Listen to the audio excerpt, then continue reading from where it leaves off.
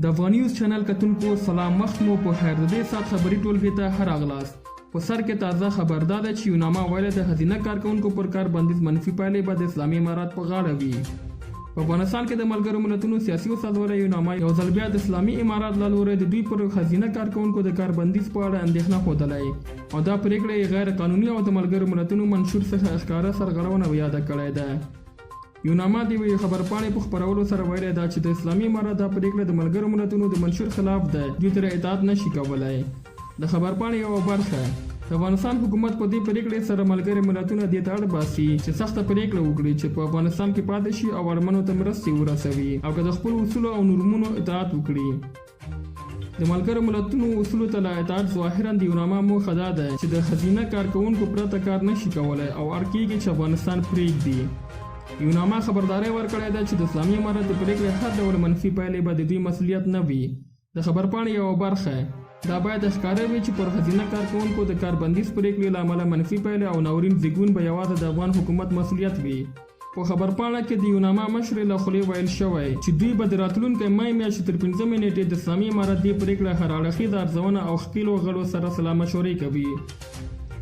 خو له بلې خوا ذبیح الله مجاهد په یوه خبرپاڼه کې چې په خپله ټویټر خپره کړی ویلی دوی ملګري ملتونو ته کوم خنډ نه دی جوړ کړی او په خبره یې تابعیضي چلند یې هم نه دی کړی. طالبانو په دې اعلامیه کې یو ځل بیا ادعا کړی چې دوی د دیني او کلتوري ارزښتونو په چوکاټ کې د ټولو افغانانو د حقونو تامین ته ژمن دي. اعلامیه کې د افغانستان د بشري وضعیت له امله نړیوال فشارونه او بندیزونه ښودلی شوی او د ملګرو ملتونو له غړو هیوادونو غوښتل شوی چې د افغانستان د کنګل شویو شتمنیو بنګوالۍ او سفري بندیزونو مسلې حل کړي. دیني عالمانو ته د شیخ ندیم غوسه د زده کړو د ملاتړ په نوم خلک بغاوت ته مه هڅوئ. د طالبانو د لوړو زده کړو وزیر شیخ ندا محمد ندیم یوه رسنیزه شوې وینا کې هغه د زده کړو په ننګه غږېدونکي دیني عالمان په توندو ټکو نقد کړي دي. نوموړی په خپرې شوې ویډیو کې د کوم مشخص دیني عالم له ښودلو پرته ویلی دا چې اوس دا تشویق خلکو ته ورکړل چې اطاعت نشته، د دې نتیجه څه شی شولی؟ نو د نظام په مقابل کې چې څوک بغاوت راپاڅوي دا نو تا مسلمانانو ته ګټه ورسوله، خیر د ورسولو د هغه دا توندې څرګندونې او تورونه په داسې مهال کې دی چې له څو ورځو راهیسې یو شمېر افغان دیني عالمانو د نجونو پر زده کړو د بندیزونو خلاف غږ پورته کړی او ویلی دی چې د دغه حق د مخالفانو پر وړاندې دیني مناظرې ته چمتو دي. ویل کېږي چې شیخ ندیم د دغه حق د یوه تلف کوونکی په توګه په دې اړه خفه شوی او دغو دیني عالمانو ته په خبرګون کې داسې څرګندونې کړې دي. د ریاست الوزرا د سیاسي معاونیت د دفتر رئیس په افغانستان کې د ملګرو ملتونو د سیاسي استازولی یوناما د کورنۍ سیاست او اقتصادي چارو له مسؤلینو سره کتلی دی. په دې کتنه کې یاد پلاوی ویلی چې په افغانستان کې اقتصادي ستونزې ډېرې دي خو ملګري ملتونه هڅه کوي د افغانانو لپاره نړیوالې بشري مرستې راجلب کړي. یاد پلاوی همداراز ټینګار کړی چې په افغانستان کې روان مسایل به له سرپرست حکومت سره د خبرو اترو له لارې حل کوي.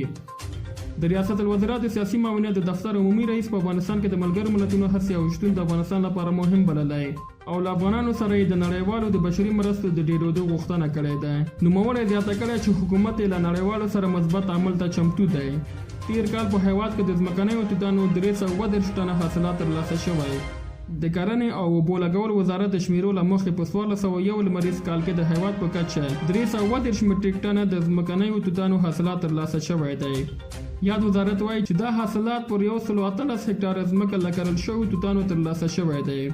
کرنې وزارت ویلی هڅه کوي چې په هیواد کې د ځمکنیو توتانو کرکیله یې نوره هم پراخه کړي. د مسؤلینو په وینا تیر کال په بلخ ولایت کې تر ټولو زیات 125 میټریک ټنه د ځمکنیو توتانو حاصلات ترلاسه شوی او ترڅنګ کابل، هرات، تخار، دایکنډي، خوست، ننګرهار او نیمروز ولایتونو کې ډېر ځمکنی توتان کرل شوی دی. ننګرهار کې د نفرت ډبرو کان د استخراج چارې پیلېږي. د ننګرهار ولایت د نفرت کان د داوطلبۍ په لړ کې یو خصوصي شرکت فیټن د 3 میلیونو افغانیو په وړاندیز سره ګټونکی شوی دی. د کانونو او پټرولیم وزارت وایي چې دغه لړۍ په رڼه توګه ترسره شوې او 12 شرکتونو سیالۍ سره وکړه. د ګټونکي شرکت رئیس وایي چې ډیر ژر به په ننګرهار کې د نفرت د راایستلو لړۍ پیل کړي. قانونو وزارت وایي چې له دغه شرکت سره د 15 کلونو لپاره تړون لاسلیک شوی دی. د شرکت رئیس وایي چې د دغه کان کار به ډیر ژر پیل کړي او په سمه توګه به یې پای ته ورسوي. د نفرت ډبرو اصلي کانونه د چین د سنګیان په لویدیځ کې دی او دغه راز یې په استرالیا، برما، برازیل، کاناډا، مکسیکو، تایوان او پولنډ کې هم کانونه شته.